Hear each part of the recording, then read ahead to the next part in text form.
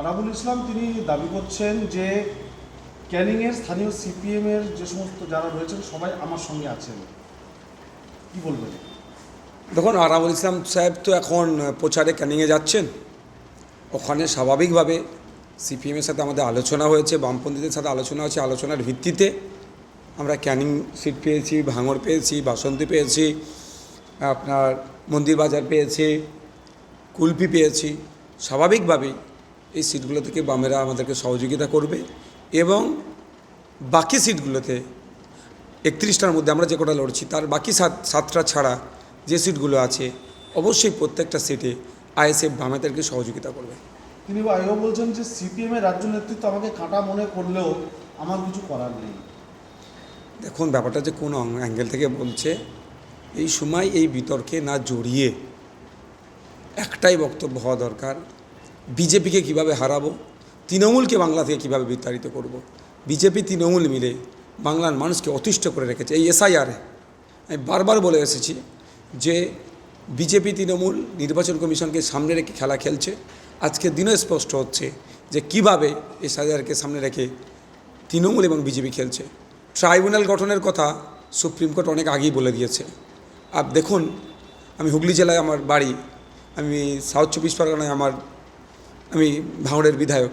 খোঁজ নিয়ে দেখুন ডিস্ট্রিক্টে ট্রাইব্যুনাল গঠনটা কত পর্যন্ত এগিয়েছে। কদিন আগে দেখছিলাম মালদাতে যাদের ভোট ডিলিট হয়ে গেছে তারা সেন্টারে আসলেও জজের উপস্থিতি নাই। তাহলে এটা দায়িত্বটা কার? স্টেটের ছিল। তাহলে আবার স্টেট কে পরিচালনা করছে? তৃণমূল কংগ্রেস। ঘুরে ফিরে শুভেন্দু অধিকারী আর মমতা ব্যানার্জি 2026-এর ভোটের বৈতরণীটা এসআইআরকে দিয়ে পার করার চেষ্টা করছে। যে আরাবুল ইসলাম এও বলছেন যে ক্যানিংয়ে সিপিএমের লোকজন জানে যে আমার লড়াই করার ক্ষমতা, ওরা আমাকেই চায়, ওদের রাজ্য নেতারা সেটা জানে না।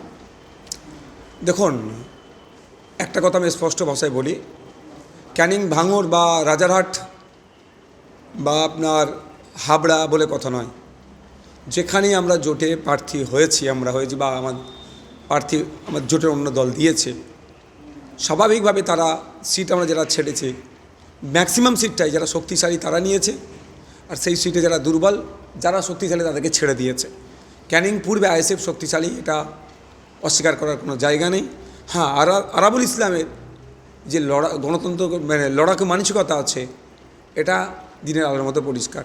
স্বাভাবিকভাবে একটু অক্সিজেন হচ্ছে যে জোট থাক বা না থাক ক্যানিংয়ে আরাবুল ইসলামী প্রার্থী, এটা ভাইজান চূড়ান্ত করেছে, কাল রাতেও কথা হয়েছে।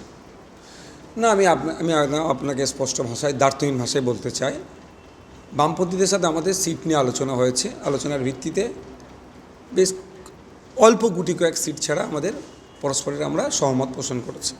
এবার আমরা কাকে প্রার্থী করব, কোথায় প্রার্থী করব, এটা বামেরা যেমন ঠিক করে দেবে না, একইভাবে বামেরা কাকে করবে না করবে ঠিক করে দেবে না আমরাও ঠিক করে দিতে পারি না। আমি একটা উদাহরণ দিচ্ছি, আমরা রায়দিঘি বিধানসভা দক্ষিণ 24 পরগনার আইএসএফের খুব ভালো জায়গা, কিন্তু শ্রদ্ধেয় সম্মানীয় কান্তি গাঙ্গুলি মহাশয়ের সম্মানার্থে আমরা ছেড়ে দিয়েছি। আমরা এখন দেখছি কান্তি গাঙ্গুলি মহাশয়ের পুত্র সৌমদা ওখানে কন্টেস্ট করছে। আমরা কিন্তু কান্তি গাঙ্গুলি স্যারের জন্য ছেড়েছি, উনি কিন্তু কন্টেস্ট করছে না। তাহলে কি আমি বেঁকে বসবো? ওটা কি আমার উচিত হবে? আমরা ওনার সম্মানার্থে ছেড়ে দিচ্ছি, উনি কাকে দাঁড় করাবেন আমরা সেটা ঠিক করতে পারি না।